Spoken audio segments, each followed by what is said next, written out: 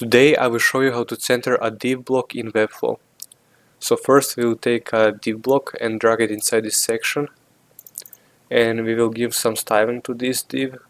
Let's do purple background color, and let's give it some width and height.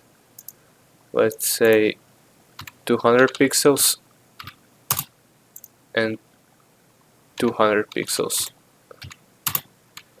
Okay, so now the first way we can center a div is the easiest way. So we have margin here.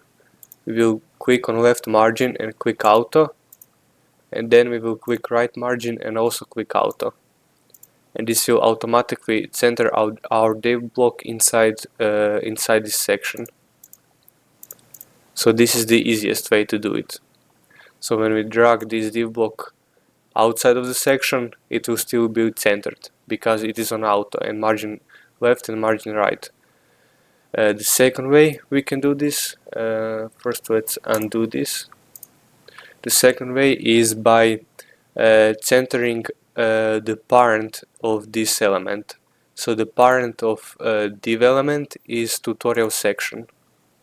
So we will just change the display layout to center, and this will center everything inside this section. So we will go here, horizontal, and align, center, justify, center, and that's it.